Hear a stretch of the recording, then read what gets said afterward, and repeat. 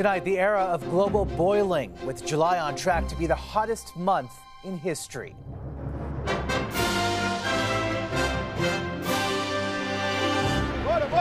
Critical new warnings of a climate catastrophe. The air is unbreathable, the heat is unbearable. The menacing march of raging wildfires on both sides of the Atlantic.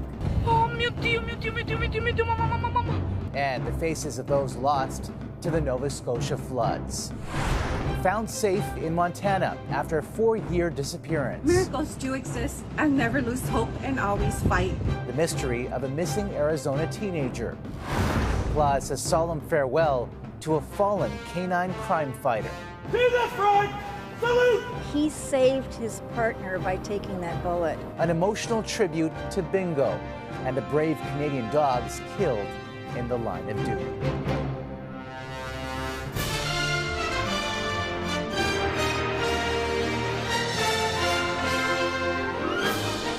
CTV National News with Omar Sachedina. Good evening, everyone. There is a searing new assessment tonight about just how rapidly and intensely the planet is warming. Even with 4 days left, July is already set to be the hottest month ever. Climate change is here, it is terrifying, and it is just the beginning. New data released today shows July has seen the hottest 3-week period ever recorded, the 3 hottest days on record, and the warmest ocean temperatures ever for this time of year. CTV's Heather Butt starts us off with the perilous predictions and the devastating impact here at home. A terrifying escape in the line of fire in Sicily. A mother and daughter navigating a treacherous drive surrounded by towering flames and massive plumes of smoke. The Italian island is dealing with wildfires and heat-related deaths. The scorching heat wave hitting southern Europe and other parts of the globe is contributing to what scientists say will be the hottest July on record. Climate change is here, it is terrifying, and it is just the beginning. The era of global warming has ended, the era of global boiling has arrived. July has been so off the charts hot with blistering conditions in 3 continents, North America, Europe, and Asia. The average temperature soaring to 16.95 degrees Celsius. Scientists say a record was inevitable. If we look at the top 21 hottest days in terms of the global mean temperature, they have all occurred this month. Experts are pointing to human-caused climate change as the main driver of this extraordinary heat. Nature could not have produced these warm temperatures. The sun is pretty powerful. It's produced warm temperatures in the past. But these record warms could not have been caused. This is stuff coming from our tailpipes and our smokestacks. The toll it's taking on communities around the world is stark. As temperatures rise, heat-related deaths have mounted. Extremes of weather also having an impact on food production. It's very difficult to plan for the long term. It does dent the confidence of farmers and food producers. The warm, humid air leading to more severe weather. In Manitoba, multiple supercell thunderstorms ripped across the province Wednesday, bringing rain and strong winds. And in at least one community, grapefruit-sized hail. You feel the house kind of creaking, and it's pretty bad. It may not be just July. Some scientists say there's a chance this could be a record-breaking summer as a whole. Heather Butts, CTV News, Toronto. Of course, for many Canadians, the effects of those soaring temperatures are all too clear. Already this year, more than 4,800 wildfires have destroyed more than 12 million hectares of land, with British Columbia now the epicenter of Canada's firefight. Here's Bureau Chief Melanie Nagy. There are more than 1,000 active wildfires in Canada, with hundreds devouring large swaths of land in BC. So far, 1.5 million hectares have been charred, which is now a provincial record. You can see the glow of the fire, and you don't. Brent Borthistle's home is not far from the Rossmore Lake wildfire, which is burning about 10 kilometers south of Kamloops. He's been told to be ready to leave at a moment's notice. With the glow of the flames, where you can see it from our back deck, so it feels really close. With so many fires, more than 6,000 people are either under evacuation order or on alert. In addition to wildfires, many areas of our province are being affected by severe drought. Despite some rain in parts of the province this week, most regions are being ravaged by persistent hot, dry weather. With that, the forests are much more flammable, which increases the probability of ignition. Within minutes, it was huge. Sage Randall and Ida Von Huthsmith were hiking a popular trail in southeastern BC Monday when they noticed smoke rising from the forest below them. The next thing we were going to have to do was start running in the other direction of the fire, which would have been down the backside of the mountain. Changing course to escape a rapidly growing wildfire. It was their only choice until a helicopter appeared. We saw that fire start to come up out of nowhere, really. We just thought, okay, we have to look for any people. It didn't take long for the pilot to spot the women, and once he did, he landed, loaded them up, and flew to safety. It was such a relief, like all those emotions, like it was a cry and laugh situation. You didn't know how to react. The wildfire the hikers fled has since ballooned in size. It's now considered out of control and burning 10 kilometers outside of Invermere near the Alberta border. Melanie Nagy, CTV News, Vancouver. In eastern Canada, the search continues for a young person still missing after being swept away by flash floods during last weekend's devastating storm. And tonight, we know the faces of the victims lost in the deluge. The 52-year-old bassist of a Halifax heavy metal band, a 6-year-old boy, and a girl, also just 6 years old. CTV's Atlantic Bureau Chief Christian Adjkite on how they're being remembered, and new questions tonight about the warning system that was supposed to protect people. The search continues for a teenager swept away by flash flooding during Saturday's storm, while a community mourns for the 3 whose remains have already been found. 6-year-old Natalie Hazel Harnish from Brooklyn, Nova Scotia is being remembered as a fearless, colorful cheerleader who always did cartwheels in the house and insisted in having season passes at her local zoo. The mother of 6-year-old Colton Sisco from Martok says Colton was a loving, caring kid with friends everywhere he went. He loved his brother, cars, and being with his parents. The family of 52-year-old Nicholas Anthony Holland, a father of 2 from Windsor, says Nick was a very talented musician, a member of the heavy metal band Hogtooth. His band members helped search for the missing man. Think about the poor children and people that got passed away. It's so sad. Stories of survival are emerging. Ed and Joanne Savory are still in shock. They woke up when a log slammed into their house as the water quickly surrounded their home. Humongous wave that reminds me of Niagara Falls roaring down over the field. Questions are being raised about how much warning people had about the flash flooding. Multiple people reaching out saying, we never got those alerts. The mayor for West Hants says more than a dozen residents did not receive the emergency alert because of the little to no cell phone service. I want our upper levels of government to finally take the issue seriously and go after your telecom companies. They have a responsibility as well. He says he has made repeated calls for better service to Nova Scotia's premier. It's something I'm concerned about, and I'm certainly not happy with the progress to ensure that there's cellular coverage across the province. Families are making funeral arrangements for the 3 victims. In the meantime, a GoFundMe page has been set up for the 2 young children. Omar. All right, Creason, thank you. Police responding to a missing persons case in Montreal early this morning are now investigating a double homicide. 2 people were found dead in this home, a 56-year-old woman and her 12-year-old daughter. And late tonight, a man's body was recovered from this canal. Police say it is too early to confirm if the deaths are linked, but neighbors are shaken. No, I think it's going to affect all of us. That something like this can happen. Police say they are searching for what they are calling an important witness. There's mounting legal trouble for Donald Trump tonight. The former U.S. president is now facing new charges in the Mar-a-Lago classified documents case, with prosecutors alleging Trump asked a staffer to delete surveillance footage to obstruct the federal investigation. Prosecutors say some of that footage shows Trump's valet moving boxes of documents in and out of a storage room at the Florida estate right before investigators from the Justice Department visited the property last June. Tensions are high in the West African nation of Niger after rebel soldiers launched a coup to oust the president.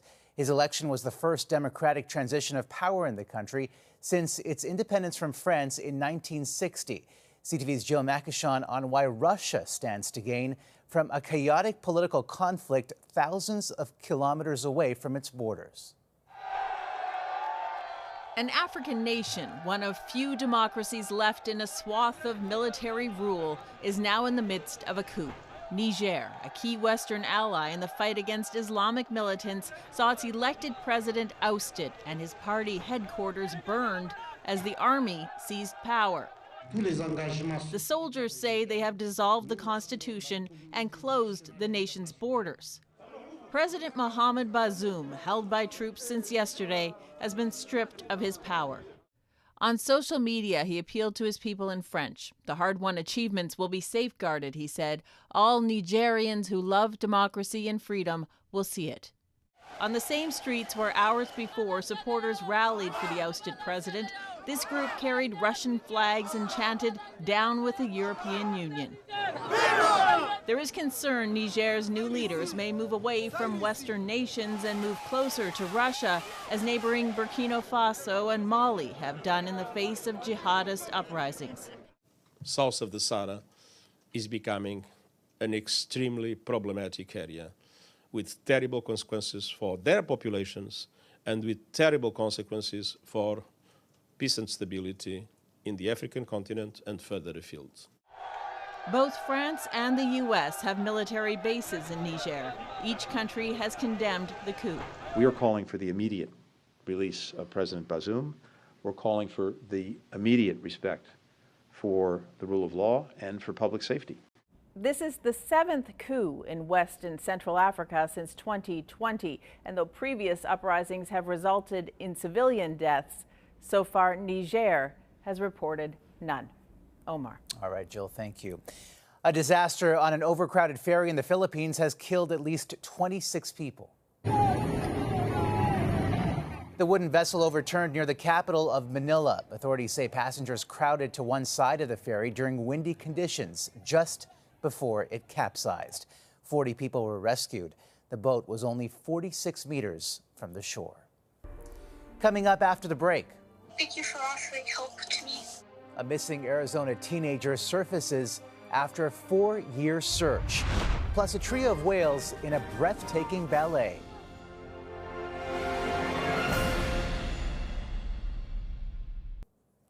Police and border officials in Manitoba showed off the largest seizure of cocaine they've made in the past 5 years. 63 kilograms of coke found hidden in a commercial truck carrying corn into Canada through the border at Emerson, with an estimated street value of $6 million. That is 60,000 times a drug dealer is not going to be active near our homes, in our communities, making us all safer. A 31-year-old Winnipeg man is facing charges of importing a controlled substance and trafficking.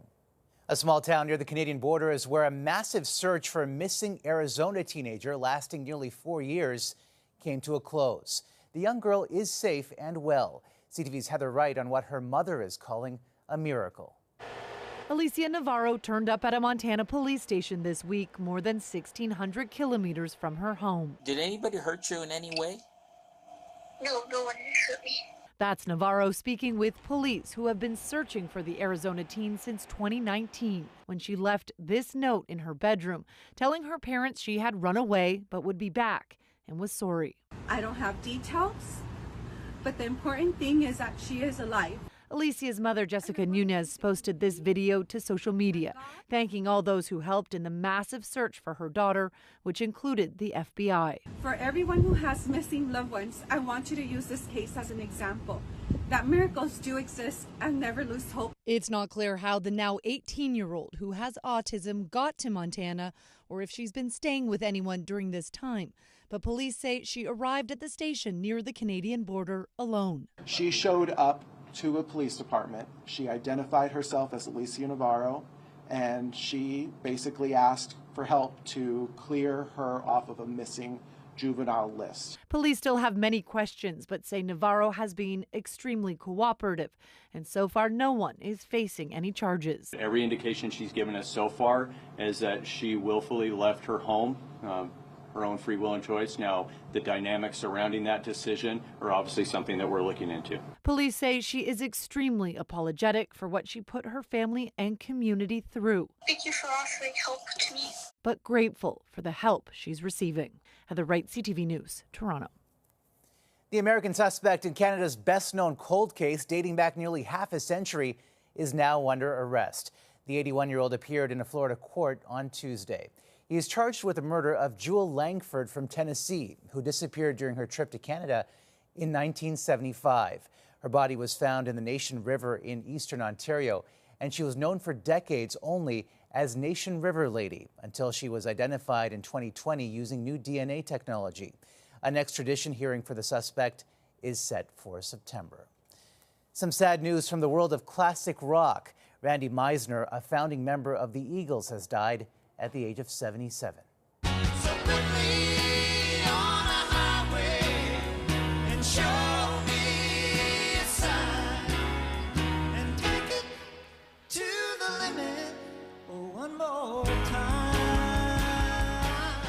The Eagles' bassist may be best remembered for his stirring vocals on the band's signature ballad, Take It to the Limit. But his high harmonies on dozens of other hits helped forge the Eagles' sound. Meisner died in Los Angeles Wednesday night from chronic lung disease.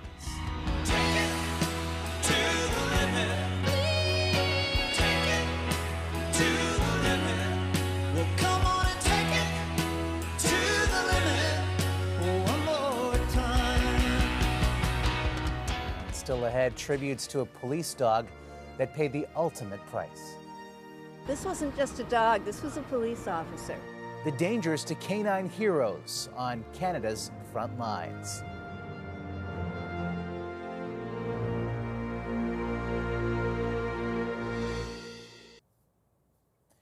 There was a touching tribute in Toronto today for a member of the police force being hailed as a hero. Bingo, the police dog, became the first in Toronto to be killed in the line of duty. As CTV's John Venevali-Rao reports, the service animal's death is drawing attention to others and their sacrifice. Salute! In Toronto, it was an extraordinary sight the city has never seen before. Officers gathered to honor a lost canine member whose death has deeply affected not just the force, but the public too. It was really heartbreaking. Draped in the Canadian flag, the first police dog in Toronto ever killed in the line of duty. A 2-year-old German shepherd named Bingo, his devastated human partner wearing Bingo's name tag during the procession. He was part of their family. As Bingo's remains were transported from a vet clinic, first responders lined overpasses in tribute. A death once again drawing attention to the gun problem in many cities. In smartphone video, you can see a canine unit arrive on Tuesday just before the shooting, called in to track down an armed suspect. A police service dog was deployed and the man shot and killed the police service dog. The suspect was then shot by police but survived. The chief calling Bingo's death senseless and tragic. They're always in a good mood and happy to come to work. Dogs with the Toronto Police undergo 16 weeks of training and respond to all sorts of calls. The Canadian Police Canine Association has a list of those killed while on duty nationally, identifying 14 deaths since the 1960s. Bingo had been on the job for just 7 months. Bingo had successfully made a number of significant apprehensions, helping keep our city safe. Someone who kills a police dog at work can face up to 5 years in prison. This man brought his own shepherd to Bingo's tribute and thinks that penalty isn't harsh enough. It's just not enough. It's just unacceptable. So hopefully they change that. With many calling Bingo a hero who took a bullet that could have been fired at someone else. John Venevali-Rao, CTV News, Toronto. Some encouraging news tonight on the health of Bronny James, the son of NBA superstar LeBron James. The 18-year-old has left hospital 3 days after going into cardiac arrest during a practice. Bronny is a high-profile rookie with the University of Southern California basketball team. He's now resting at home. In a tweet today, his father thanked people for sending their love and prayers and said everyone is doing great. A man in Cape Cod is expressing gratitude for another reason tonight after getting the gift of a lifetime on a family fishing trip to celebrate his birthday. I've never seen an in-sync triple aerial ballet like that. A breathtaking display as 3 humpback whales jumped out of the water at the exact same time. Wow, oh my God, that was awesome. So cool. Did you get... That's the voice of one of his daughters reacting to the dazzling synchronized splash. The fisherman says the whales may have been training a young calf. And this young chick stuck in a sewer drain was delicately rescued by police officers in a Florida county and reunited with its mother. After the break. Overall, I'm happy with what I accomplished tonight. Summer's sensational race is one for the record books.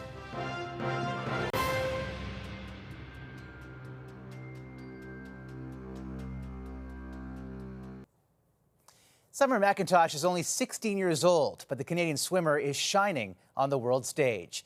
The rising star and early medal favorite for next year's Paris Olympics captured her second straight world title in the women's 200-meter butterfly today in Japan. And as CTV's Vanessa Lee tells us, she set a new record. In fact, Deckers has moved ahead of Smith, but it's McIntosh! McIntosh! Gold! No one could catch Summer MacIntosh in the 200-meter butterfly. Canadian record. The reigning world champ touching the wall in 2 minutes and 4.06 seconds. Going into this race, I knew that I got world champion last year, and that was kind of unexpected for me, and I was just trying to have fun, the most fun as possible, and kind of race as hard as I could. And her golden time set both a new world junior and Canadian record. It's her second medal at this year's World Championships. She earned bronze in the 200-meter freestyle, bouncing back from a disappointing 4th-place finish in the 400-meter freestyle, where she set the world record 4 months ago. I knew that I had to turn things around quickly, as I had so many other events that I was really looking forward to, and I wasn't going to let it get me down. I think it's all about mindset, especially at these long meets. Summer's performance is nothing short of remarkable, and what I mean by that is to win is very difficult. To repeat as a winner is even more difficult. McIntosh's mother swam at the 1984 Olympics. At 14, Summer was the youngest athlete in Tokyo, now sure to be a star at the Paris Games next year. She isn't just pushing herself to new heights, but the sport in Canada as well. The enrollment's going to jump. When Michael Phelps won his 8 gold medals, enrollment in United States swimming, which is in the hundreds of thousands, jumped by 30% the following year. Well, that means you're going to find more talent. Her last solo event in Japan is the 400-meter individual medley this weekend. Another chance to make history. Vanessa Lee, CTV News, Montreal. And that's a snapshot of this Thursday. John Ehrlichman will be here tomorrow. For all of us at CTV National News, thank you for watching, and good night.